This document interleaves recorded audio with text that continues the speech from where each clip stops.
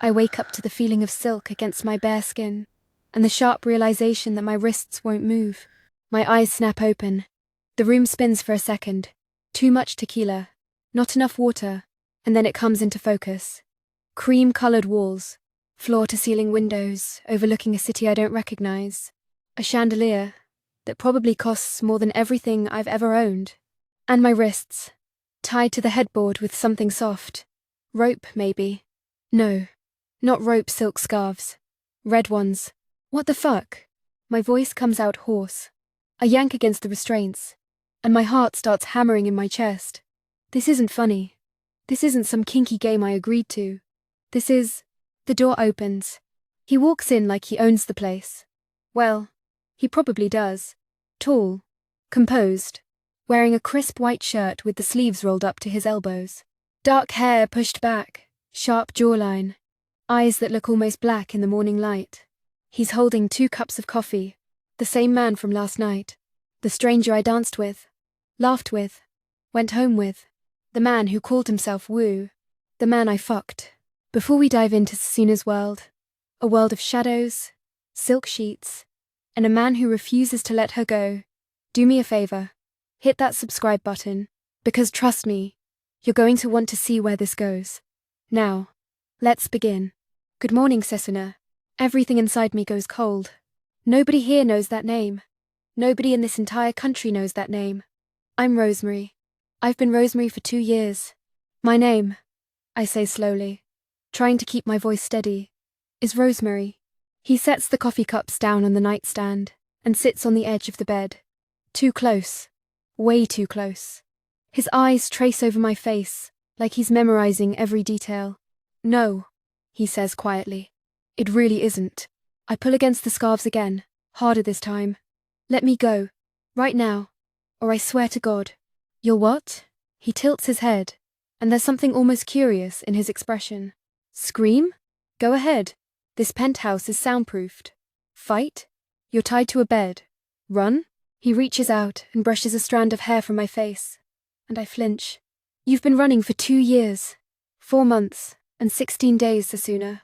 I think it's time you stopped. My stomach drops. Who the hell are you? He smiles. It doesn't reach his eyes. My name isn't Woo, he says. It's Woojoo. And you've been mine since the day your father signed those papers. No. This can't be happening. Woojoo, the man I've been running from, the monster in every nightmare, the devil my father sold me to, is sitting on this bed, smiling at me. Like this is completely normal. I never saw his face. Never knew what he looked like. My father kept that from me, maybe on purpose. Maybe because it didn't matter. All I knew were the rumors, the whispers that followed his name like a curse. And now he's here. You're lying, I say, but my voice shakes. Woojoo, he's older, he's... A monster? He raises an eyebrow. That's what they told you, isn't it? That I killed my wives, poisoned one, drowned another, drove the third insane. You did he? He stands, walks to the window, hands in his pockets. The morning light cuts across his profile, and I hate how beautiful he looks. How normal. Monsters aren't supposed to look like this.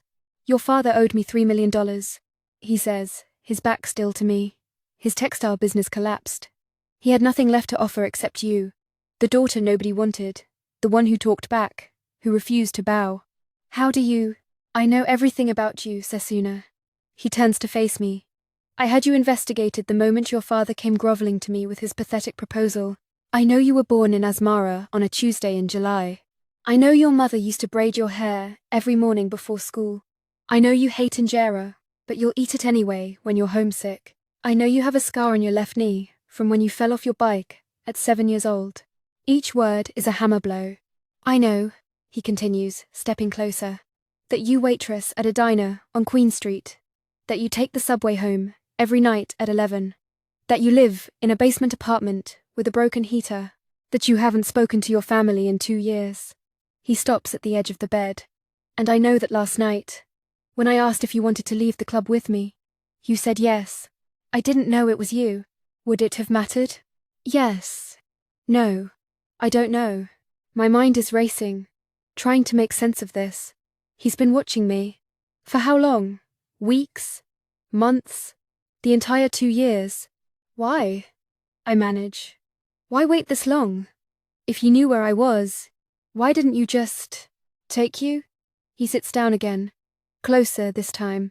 His hand rests on the mattress near my hip. Because I wanted to see what you'd do. If you'd keep running. If you'd build a new life. If you'd forget. His fingers trace a light pattern on the silk sheet.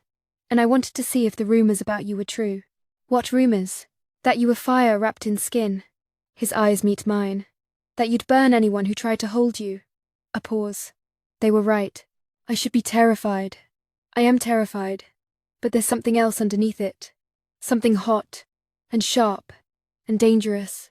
Last night, I whisper, you knew who I was. The whole time. Yes. And you still? We still? Yes. Why? For the first time, something flickers across his face. Something almost vulnerable. Because I needed to know if I was obsessed with a ghost, he says quietly. Or a woman. He unties my wrists 20 minutes later. I don't run. Where would I even go? We're not in Toronto anymore. The skyline outside the window is Seoul. I recognize the Seoul Tower in the distance. He flew me across the Pacific Ocean while I was unconscious. You drugged me, I say, rubbing my wrists. They're not even red. He was careful. I gave you something to help you sleep on the plane.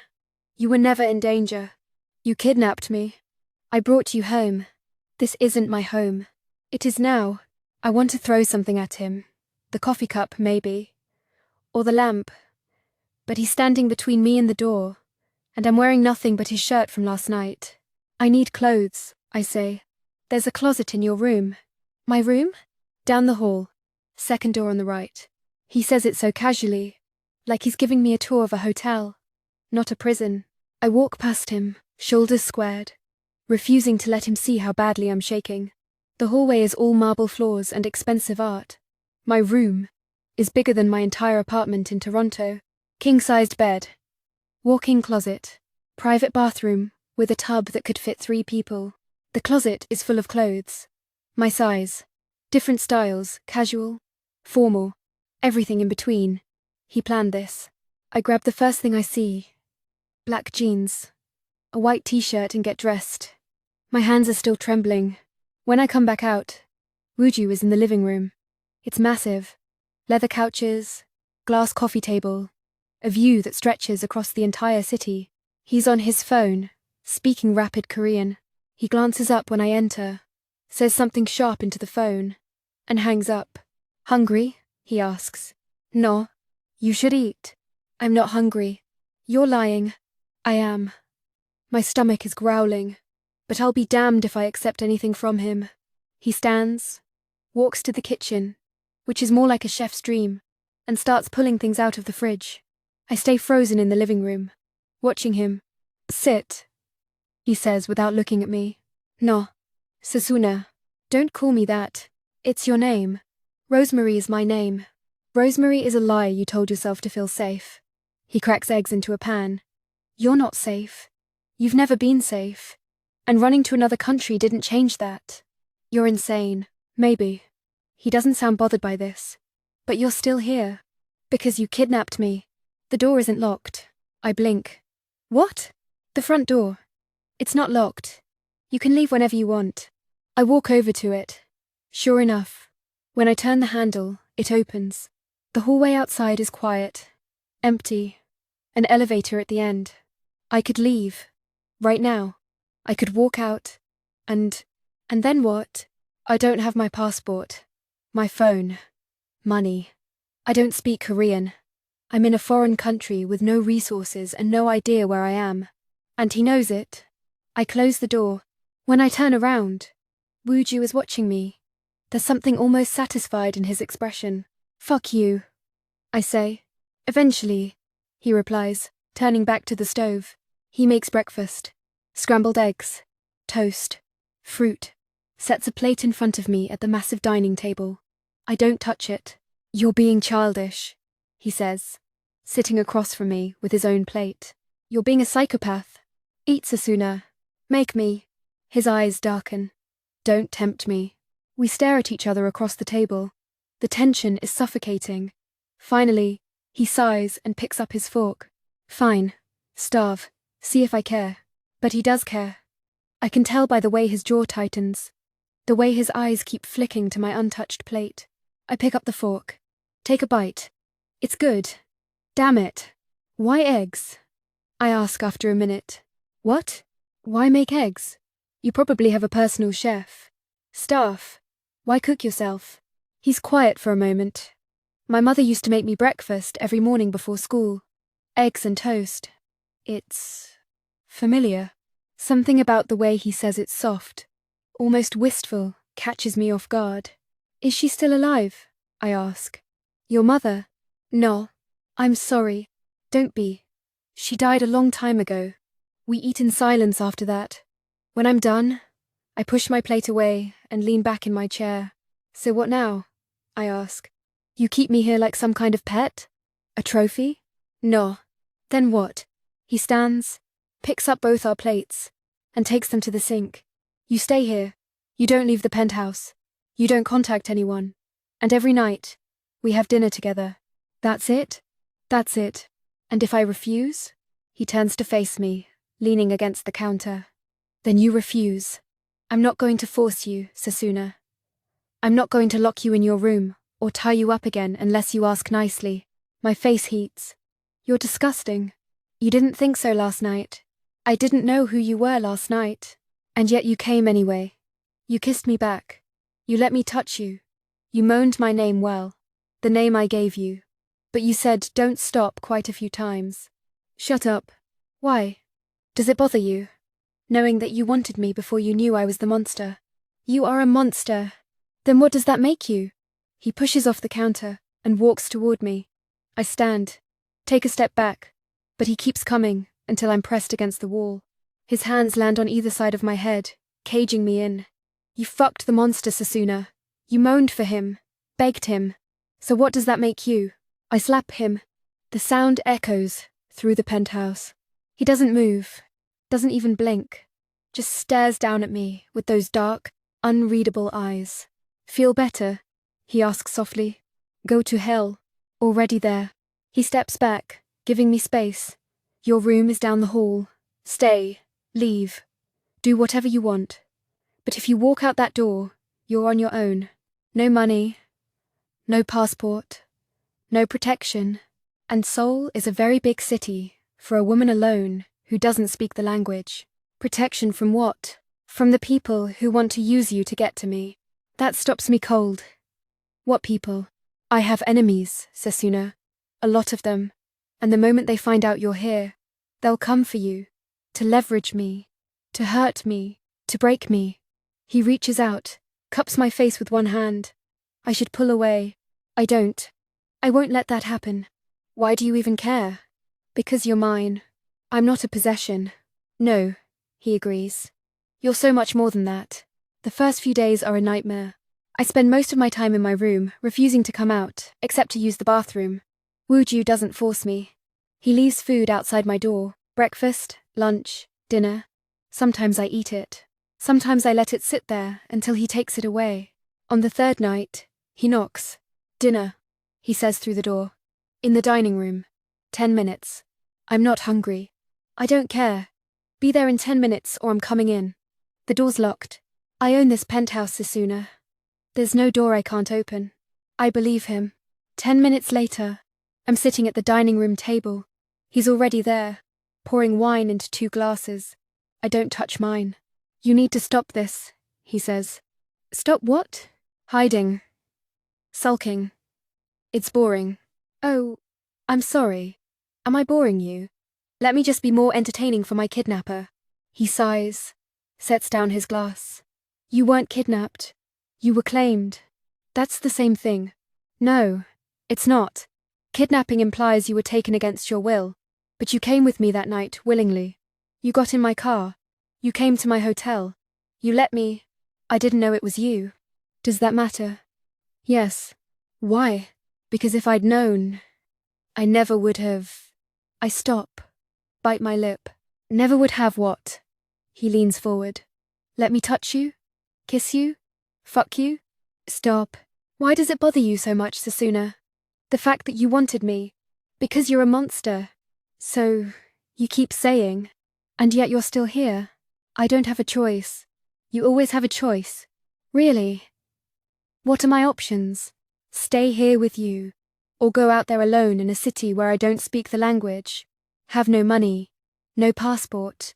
And apparently enemies who want to use me to hurt you. I laugh, bitter. Great choices. I can give you money, he says quietly. A passport. A plane ticket back to Toronto. If that's what you really want. I stare at him. You're lying. I'm not. If you truly want to leave, I won't stop you. I'll make sure you get home safely. He pauses. But you have to ask me. Out loud. And mean it. My heart is pounding. This is it. This is my way out. All I have to do is say the words. I open my mouth. Close it. Open it again. Nothing comes out. That's what I thought. Woojoo says softly. We fall into a routine. Breakfast alone. Lunch alone. Dinner together. At first, I hate it. Hate sitting across from him. Making small talk like we're a normal couple. But slowly, something shifts.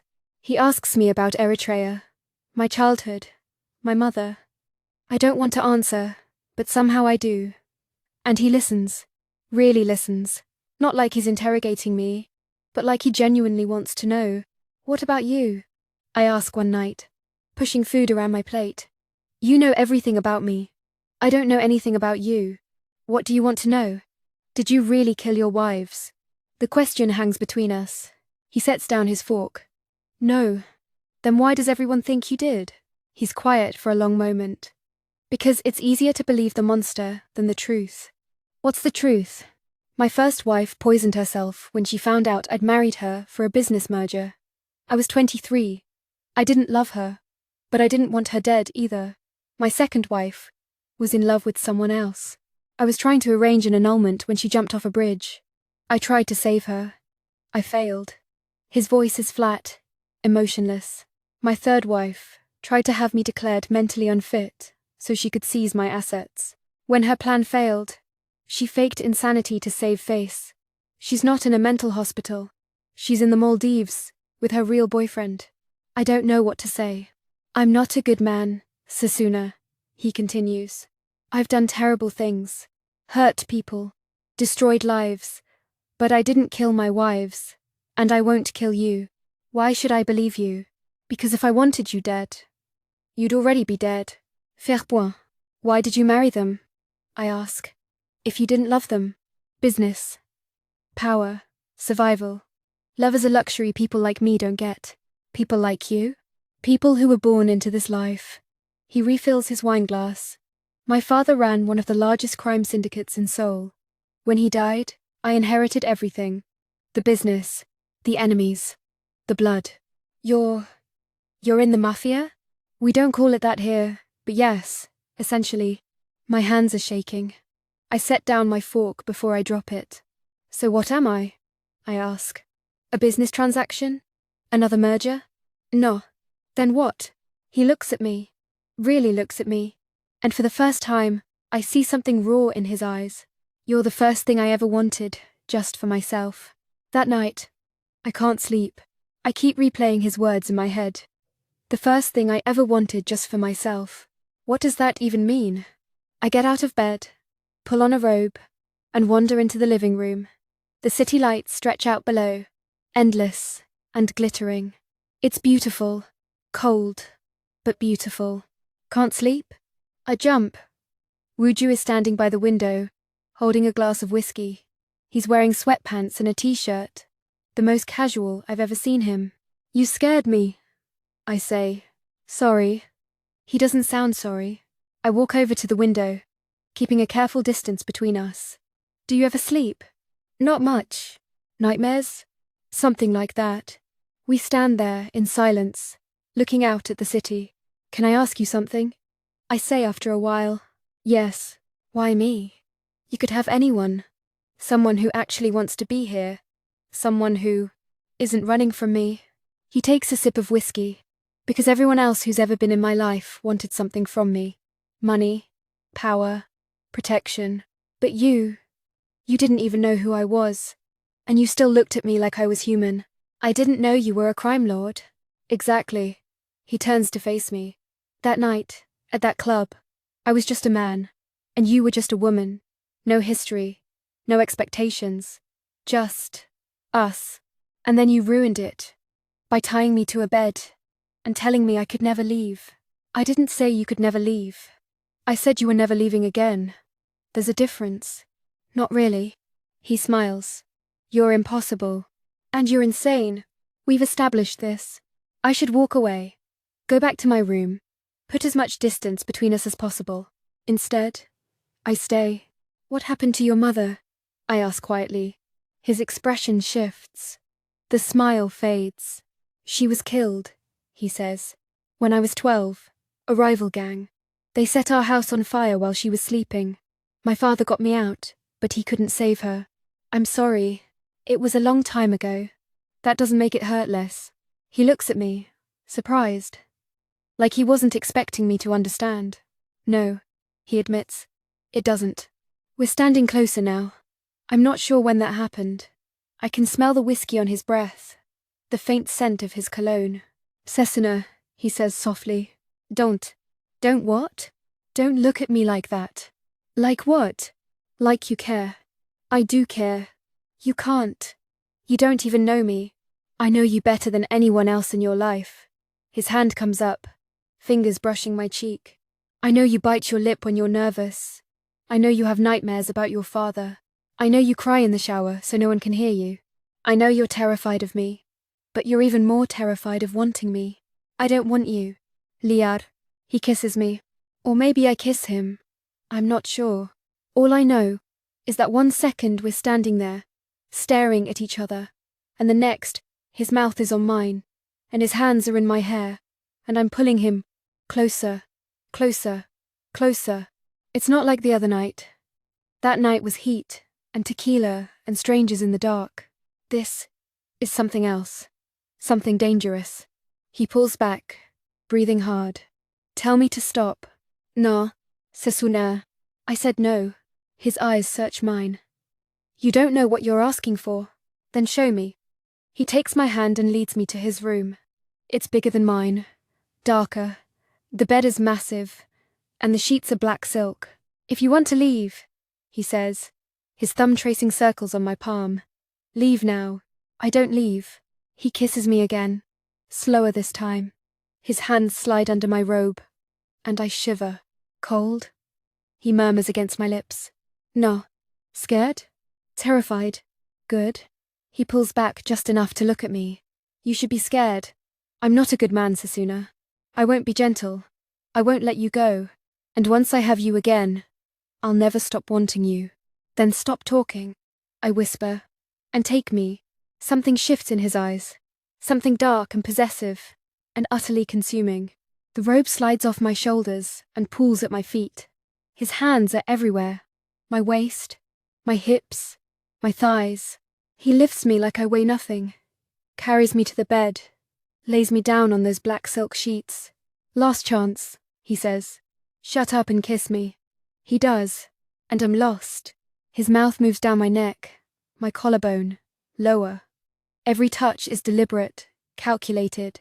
Designed to make me lose my mind. I arch into him. Nails digging into his shoulders. Say my name, he demands. No. His teeth graze my skin. Say it. Make me. He does. Over and over and over, until I'm gasping his name like a prayer, like a curse, like the only word I know. When he finally pushes inside me, I cry out, not in pain, in relief. Like this is where I was always supposed to be. Under him. Around him. Consumed by him. Look at me, he says, one hand cupping my face. I want you to see who's making you feel this way. I open my eyes. Meet his gaze. Woojoo, I whisper. That's right. He moves, slow and deep. Say it again. Woojoo. Again. Woyo, please. Please what? Don't stop. He doesn't, but rather went into beast mode. I wake up, wrapped in black silk and strong arms. For a moment, I forget where I am, who I'm with. Then it all comes rushing back. The club, the morning, the penthouse. Last night. Oh God. Last night. I slept with him again. Knowing who he is. Knowing what he is. And I loved every second of it. Regrets already? Woojoo's voice is rough with sleep. His arms tighten around me, pulling me back against his chest. I don't know, I admit. That's honest at least. We lie there in silence. His hand traces lazy patterns on my stomach. I should hate you, I say quietly. You do hate me. No, I should. But I don't. And that scares me more than anything. Why? Because hating you would be easier, safer. But this, whatever this is, it's not safe. It's not easy. And I don't know how to navigate it. He presses a kiss to my shoulder. Then don't navigate it. Just feel it. I don't know if I can. You can. You already are. He's right. I hate that he's right. What happens now? I ask. Now? Now we get up. Have breakfast. Go about our day. And then? And then tonight. You come back to my bed. And the night after that. And the night after that. Until you stop questioning it. Until you stop fighting it. Until you accept that you're mine. I'm not a possession. I know. You're so much more than that. He turns me around to face him. You're my obsession. My addiction. The thing I can't live without. That's not healthy. I never said it was. His eyes are dark, intense, burning with something I can't name. I'm still angry at you, I say. Good. Be angry.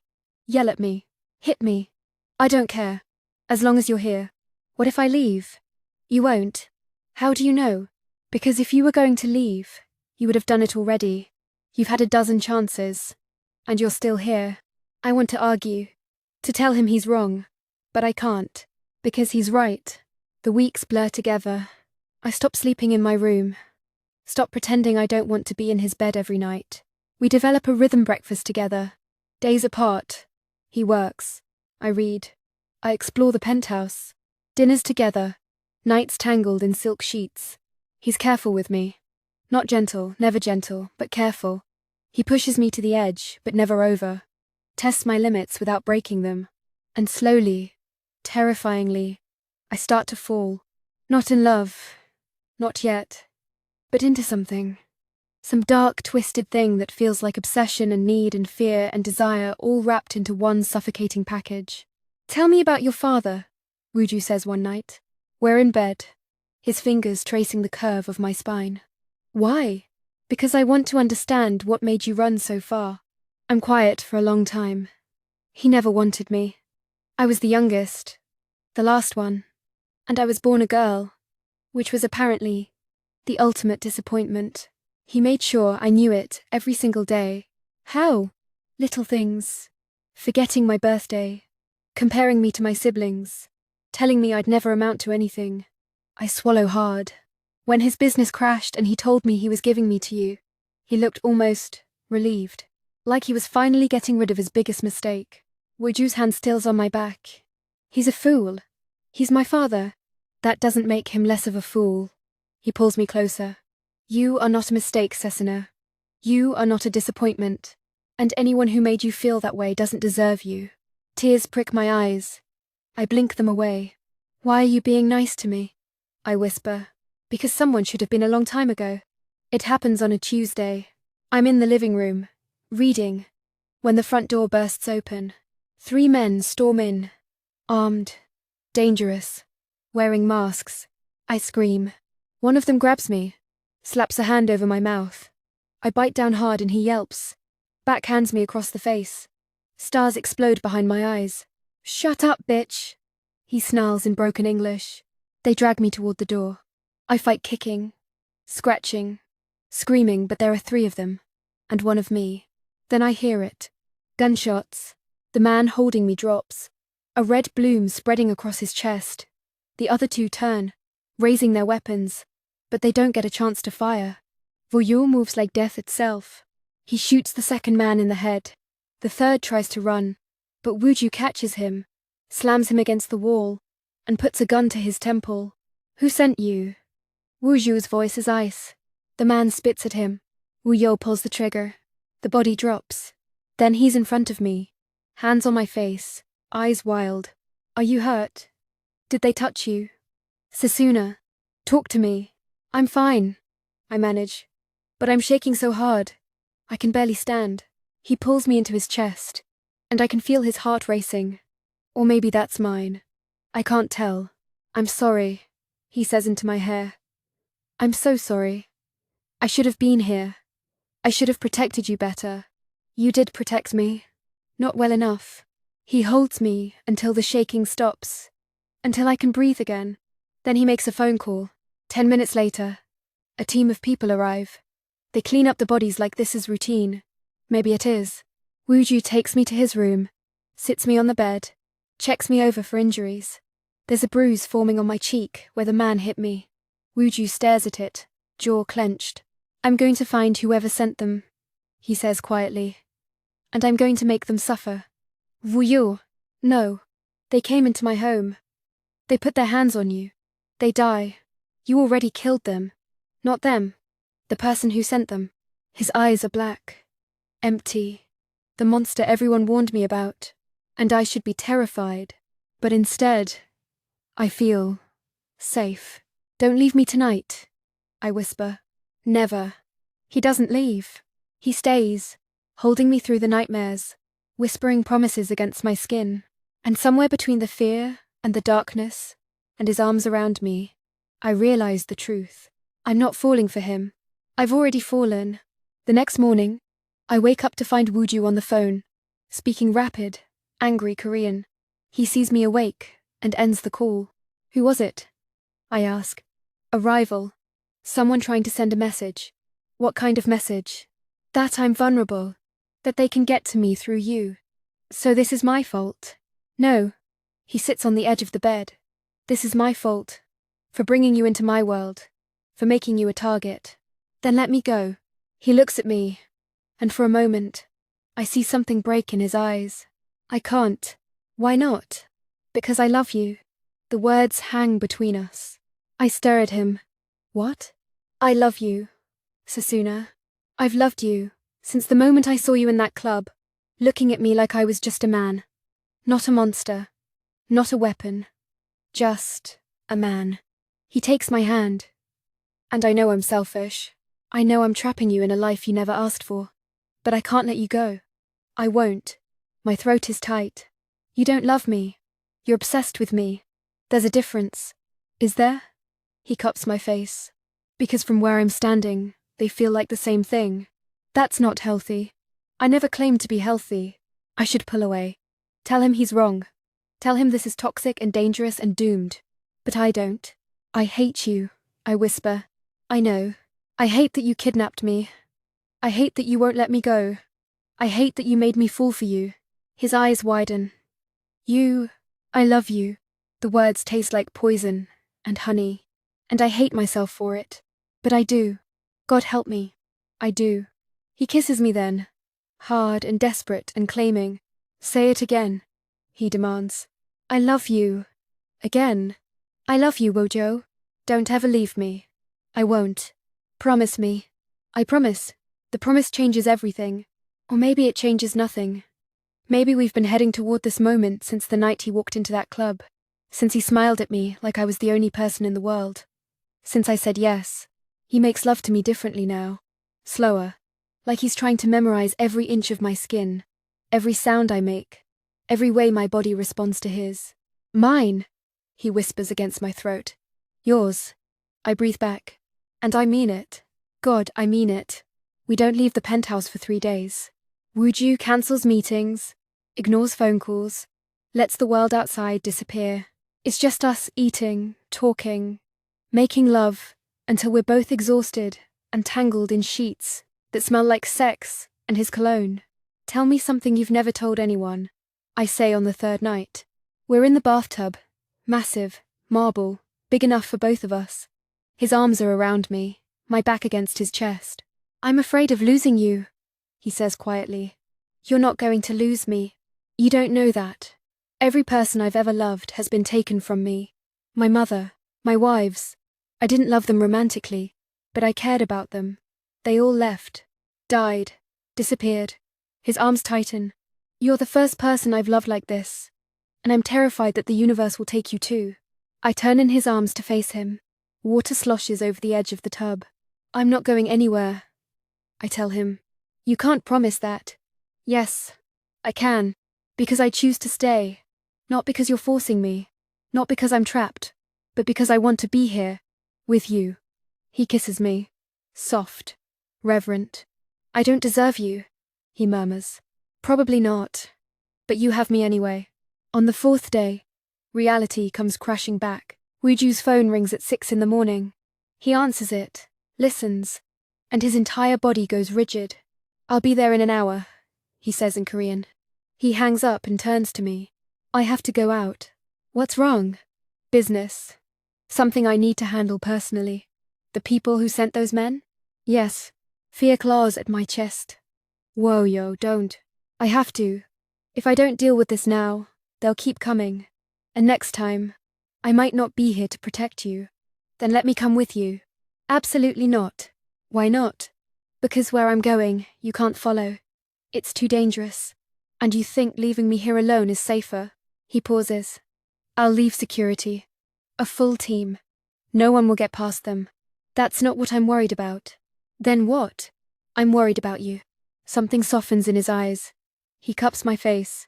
Kisses my forehead. I'll come back, he promises. You better. He leaves an hour later, dressed in all black, gun holstered under his jacket. I watch from the window as his car disappears into the Seoul morning. The security team is exactly what he promised.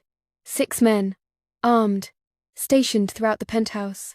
They don't speak to me, just watch. Wait. I try to read. Can't focus. I try to watch TV. Can't sit still. I pace the living room, wearing a hole in the expensive carpet, checking my phone every 5 minutes even though Woojoo said he couldn't call. Hours pass. 6, 7, 8. Nothing. By hour 9, I'm convinced he's dead. By hour 10, I'm planning how to get back to Canada. By hour 11, the door opens. Woojoo walks in, and my knees nearly give out with relief. Then I see the blood. Oh my God. It's not mine, he says quickly, but there's blood on his shirt, his hands, his face. He looks exhausted, haunted. What happened? I took care of it. Took care of it how? Do you really want to know? No. Yes. I don't know. Did you kill someone? I whisper. Yes. How many? Four. My stomach turns. Woojoo. They would have kept coming, Sesuna. They would have sent more men, more guns. They would have killed you to hurt me. I couldn't let that happen. He walks toward me, leaving bloody footprints on the marble. I will burn this entire city to the ground before I let anyone take you from me. Do you understand? I should be horrified, disgusted, terrified. But looking at him, this man who just killed 4 people to keep me safe, I feel something else entirely. I understand. He pulls me into his arms, blood and all, and I hold him like he's the only solid thing in a world that's spinning out of control. I need a shower. He murmurs into my hair. Okay. Come with me. Okay. I help him undress, peel off the bloody clothes and drop them on the bathroom floor. He stands under the hot water, head bowed, hands braced against the tile. I step in behind him, wash the blood from his skin, his back, his arms, his hands. I'm a monster, he says quietly. I know. And you're still here. I know that too. He turns to face me. Water streams down his face. Or maybe those are tears. I can't tell. Why? He asks. Why do you stay? Because monsters need love too. He kisses me then, desperate and hungry, like he's trying to prove he's still human, still capable of feeling something other than rage and violence. And I kiss him back, just as desperate, just as hungry. We make love under the water, his hands bruising my hips, my nails raking his back. It's rough and frantic and messy, and when we're done, we're both shaking. I love you, he says against my lips. I love you too. Don't ever leave me. I won't. I promise. I won't. That night, we lie in bed, windows open, city lights spilling across the sheets. Tell me about your mother. Woojoo says. I'm surprised. He rarely asks about my family. Why? Because I want to know where you come from. What made you who you are? I'm quiet for a moment, tracing patterns on his chest. She was kind, I say finally. Too kind for my father. She used to sing to me when I couldn't sleep. Old Tigrinya songs her mother taught her. I smile at the memory. She always smelled like coffee and cardamom, and she never once made me feel unwanted. Even when my father did, even when my siblings did, she always made me feel loved. Where is she now? She died. Cancer. 3 years ago. I'm sorry. Me too. I swallow the lump in my throat. She was the only person who ever really saw me, who ever believed I could be more than what my father said I was. She was right. Was she? Yes. He tilts my face up to look at him. You're brilliant, Sesuna. Strong. Brave. Everything your father said you weren't. I don't feel brave. You ran halfway across the world to save yourself. You survived 2 years alone in a foreign country. You looked the monster in the eye and didn't flinch. If that's not brave, I don't know what is. Tears slip down my cheeks. He wipes them away with his thumb. What would your mother think? He asks quietly. About us. About this. I consider the question. I think she'd be worried. But I also think she'd understand. She married my father, after all, and he wasn't exactly a good man either. Do you think she loved him? I think she tried to. I think she wanted to. But love isn't always enough, is it? No, he agrees. Sometimes it's not. But sometimes, I say, pressing my hand over his heart, it's everything. The next few weeks are almost normal. As normal as life can be when you're living with a crime lord who murdered 4 people to keep you safe. Woojoo takes me shopping. Real shopping. Not just having clothes delivered. We walk through Gangnam, his hand firm on the small of my back. Security, trailing at a discreet distance. People stare, whisper. Do they know who you are? I ask. Some of them. And they're not afraid? Fear and respect often look the same from a distance. We eat at expensive restaurants where the staff bows and calls him Sajangnim boss. We see movies in private theatres. We walk along the Han River at night, the same river where his second wife died, and he tells me stories about his childhood. I wanted to be a teacher, he admits one night. Really? Before my father died. Before I inherited all of this. I wanted to teach history, help kids understand where they came from. He laughs. Bitter. Stupid, right? It's not stupid. It is. Look at me now. I'm everything I never wanted to be. Then why don't you walk away? Because walking away means someone else takes over. Someone worse. Someone who won't have the same restraint. Restraint? I have rules, Sesuna. Lines I don't cross. But there are others in this world who don't. Who would burn everything down just to watch it burn. At least with me in charge. There's some semblance of order. That's a heavy burden. It's the one I was born to carry. I take his hand. You don't have to carry it alone. He looks at me, surprised. What are you saying? I'm saying, teach me. Show me your world. Let me help. Sesuna, I'm not a child, Woojoo. And I'm not some delicate flower you need to protect from reality. If I'm going to be part of your life, really be part of it, then I need to understand what that means. He studies me for a long moment. Then, slowly, he nods. Okay. He starts taking me to meetings. Not the dangerous ones. Not the ones that end in blood. But the business meetings. The negotiations. The deals. I sit quietly in the corner, watching, learning. Woojoo is different in these settings. Cold. Calculating. Every word measured. Every gesture deliberate. He's terrifying, and I find it incredibly attractive. After one particularly tense negotiation, we're in the car heading home. You were staring, he says without looking at me. Was I? Yes. The entire time that man was trying to undercut me, you were staring at me like... He stops. Like what? Like you wanted to tear my clothes off right there in the boardroom. My face heats. I did not. You did. I saw you. You were biting your lip, crossing your legs. Every time I shut him down, you looked like you wanted to. Okay, fine. Maybe I find you attractive when you're being all powerful and intimidating. Is that a crime? He laughs. actually laughs. No, but it is incredibly distracting. Good. Good? I like distracting you. His hand moves to my thigh. Keep talking like that, and we won't make it home.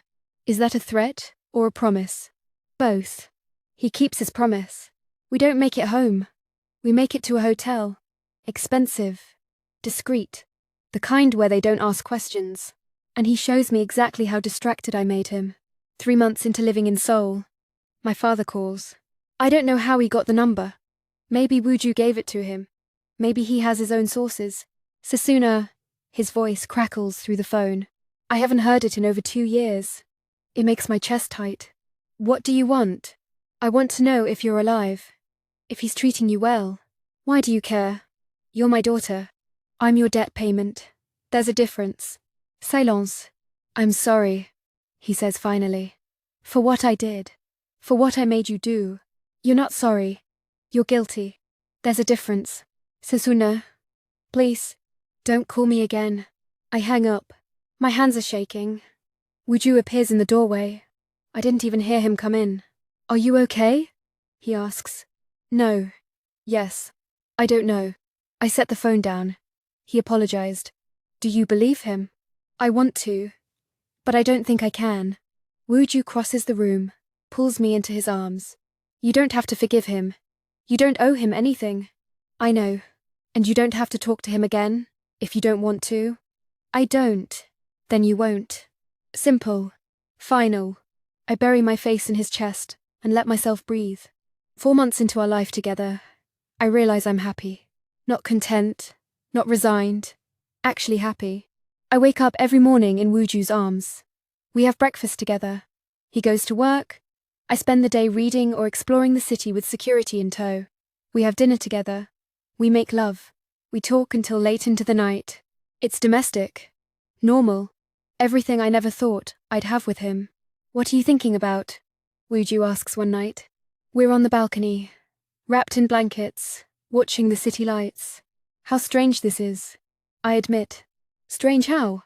4 months ago, I was terrified of you. And now, I trail off. And now? Now I can't imagine my life without you. He pulls me closer. That's not strange. That's love. Is it? Or is it Stockholm Syndrome? Does it matter? Shouldn't it? He's quiet for a moment. Do you want to leave? No. If I gave you the chance right now, passport, money, plane ticket, no consequences, would you go? I think about it. Really think about it. No, I say finally. I wouldn't. Then it's not Stockholm Syndrome. It's choice. You're choosing me. Every day. Just like I'm choosing you. You make it sound so simple. It is simple. We love each other. Everything else is just noise. You killed people for me. I'd kill 1,000 more. That should scare me. But it doesn't. No, I admit. It doesn't. He tilts my face up, kisses me slow and deep.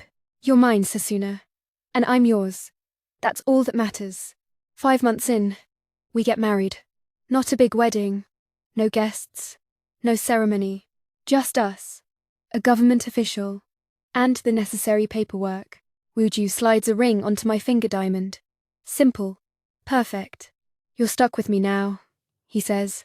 I was stuck with you the moment you tied me to that bed. And yet you're still here.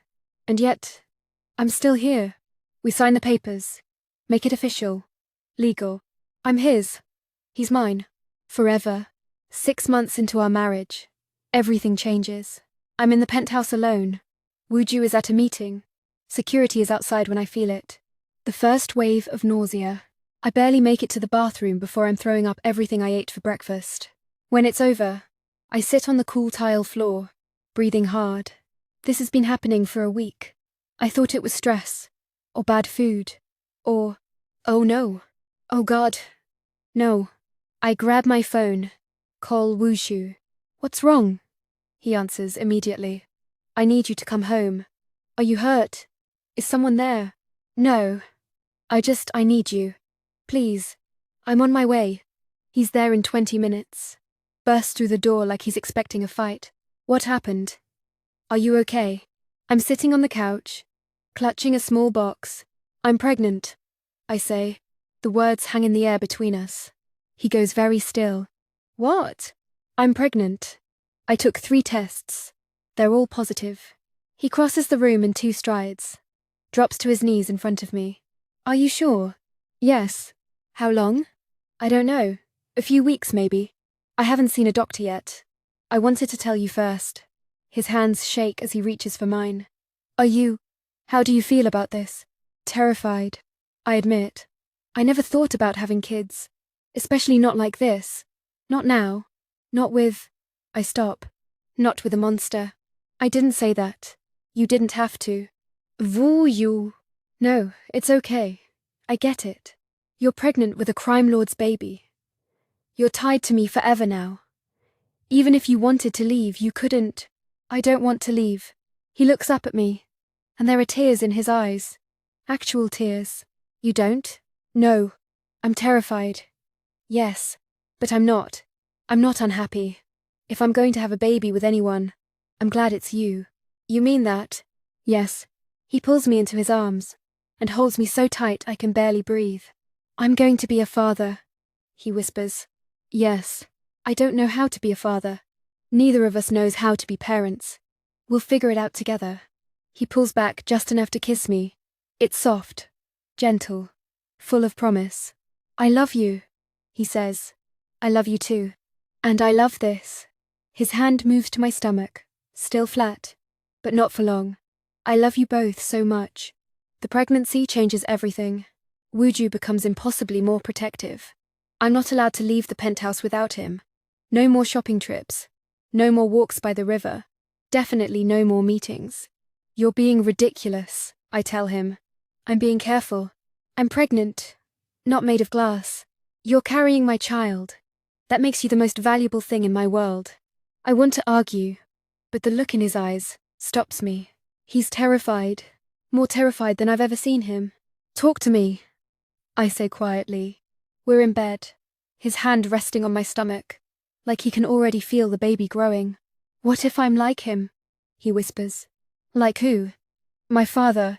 What if I'm cold and distant, and I turn our child into me? Into this? You won't. You don't know that. Yes, I do. Because you're already worried about it. Your father never worried. Never cared. But you care so much it's eating you alive. I don't know how to be good, Sesuna. I only know how to be this. Then be this. Be exactly who you are. Dark edges and all. Because that's who I fell in love with. And that's who our child will love too. He kisses my stomach, my ribs, my throat, my lips. Thank you, he murmurs. For what? For giving me something to fight for. Something to live for. Something worth protecting. You're worth protecting too, you know. He smiles, sad and small. I'm not so sure about that. Well, I am.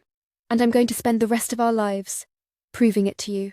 In my 7th month of pregnancy, I'm huge. Swollen ankles, back pain, midnight cravings for things that don't make sense, pickles and ice cream, kimchi and chocolate. Woojoo never complains. Just gets me whatever I want, whenever I want it. 3 in the morning and I want tteokbokki. He's in the kitchen cooking, muttering in Korean about how our daughter is already as demanding as her mother. 2 in the afternoon and I'm crying because I can't see my feet. He's there, kneeling down to put my shoes on for me, kissing my swollen ankles like they're the most precious things in the world. You don't have to do that, I say, wiping my tears. Do what? Treat me like I'm not falling apart. You're not falling apart. He looks up at me, completely serious. You're creating life. You're building our daughter from nothing. Your body is doing something I could never do, no matter how powerful I am, no matter how much money I have. So yes, I'm going to kneel at your feet. You deserve that and more. More tears. Damn hormones. You don't have to lie about how I look, I say through my crying. I'm not lying. You're the most beautiful thing I've ever seen. I'm enormous. You're carrying our child. Of course you're enormous. And honestly, he stands, pulls me close. It's the sexiest thing I've ever witnessed. Watching you grow with my baby inside you. Knowing that you're giving me something no one else ever has. A family. A future. I laugh despite myself. You're insane. We've established this. He kneels in front of me again, gently pushes my shirt up, and kisses my swollen belly. His lips are soft, reverent. The baby kicks.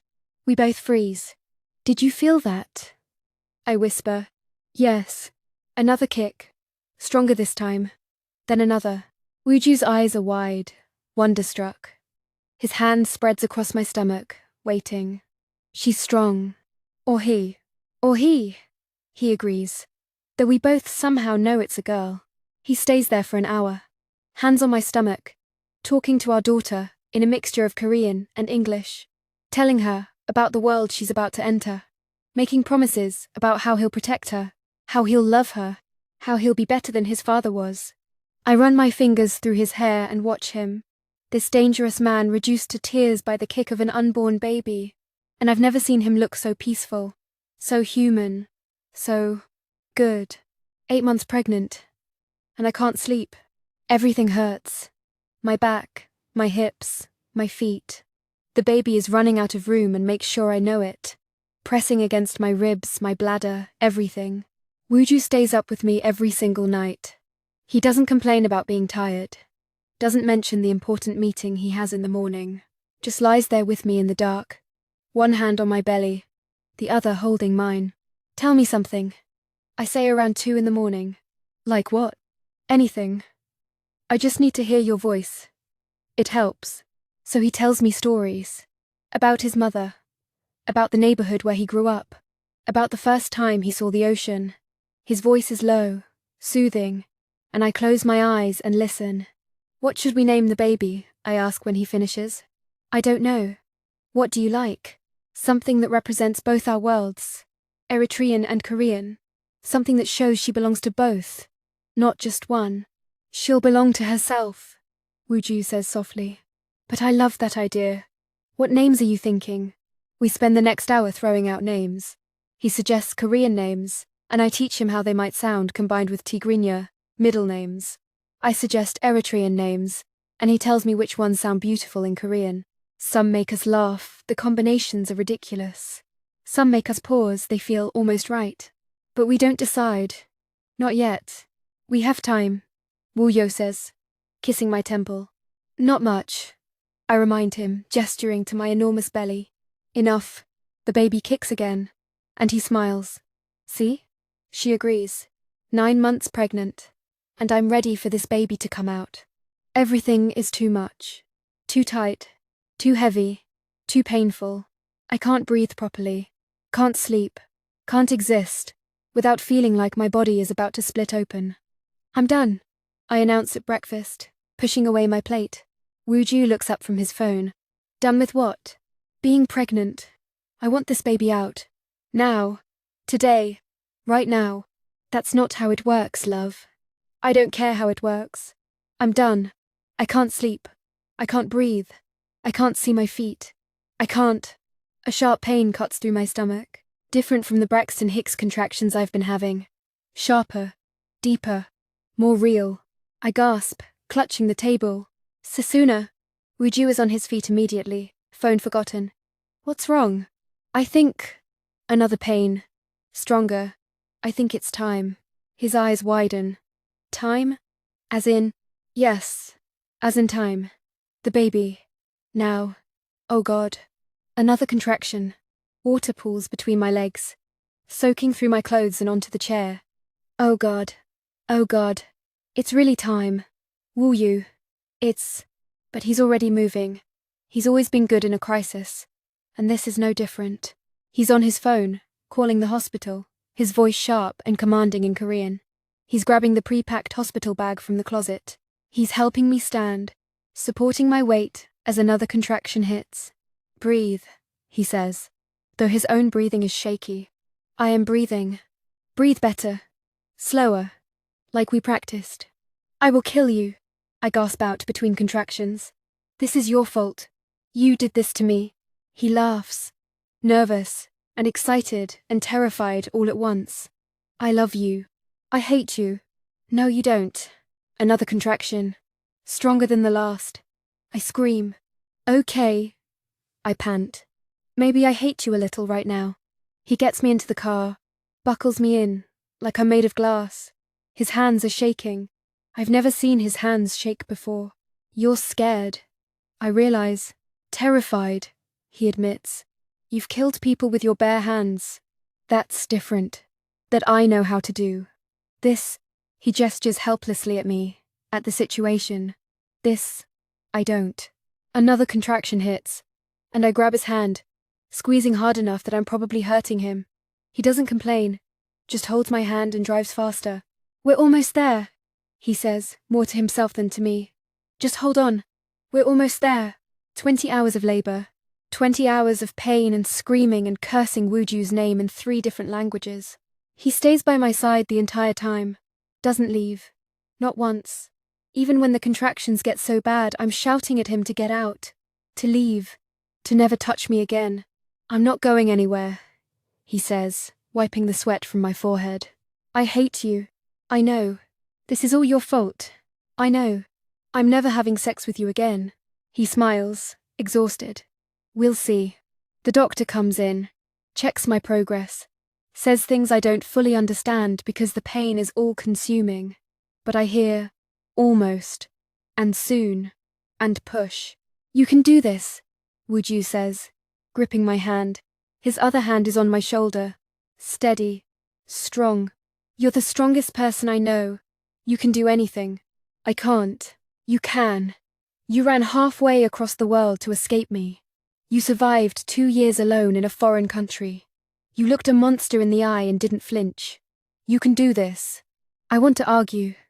But another contraction hits, and the doctor is telling me to push. And Woojoo is counting. And I'm pushing with everything I have. And then, a cry. Small. Loud. Perfect. Everything. It's a girl. The doctor says. And I'm crying. And Woojoo is crying. And our daughter is crying. And we're all a mess. They clean her quickly, check her, and then they place her on my chest. She's so small. So perfect. Dark hair, olive skin, tiny features that look like both of us and neither of us at the same time. Oh my God, I whisper. Woojoo, look at her. I see her. His voice breaks. She's perfect. She is, I agree, tracing her tiny nose, her tiny fingers. Our daughter opens her eyes dark, unfocused, and makes a small sound. Not a cry, just a sound, like she's saying hello. Hi, baby, I whisper. Hi, we've been waiting for you. Woojoo leans down, kisses my forehead, then our daughter's. His hands are gentle, careful, like he's afraid he'll break her. What should we name her? He asks softly. I look down at our daughter, study her face, think about everything we've been through to get here. The running, the fear, the love, the fighting, the choosing to stay. Salma, I say finally. It means peace in Tigrinya, because that's what she is. Peace after the storm, calm after the chaos. The promise that, maybe, despite everything, we can have something good. Salma, Woojoo repeats, testing it. Then he smiles a real smile, soft and genuine. It's perfect. She's perfect. He kisses my forehead again, lingering this time.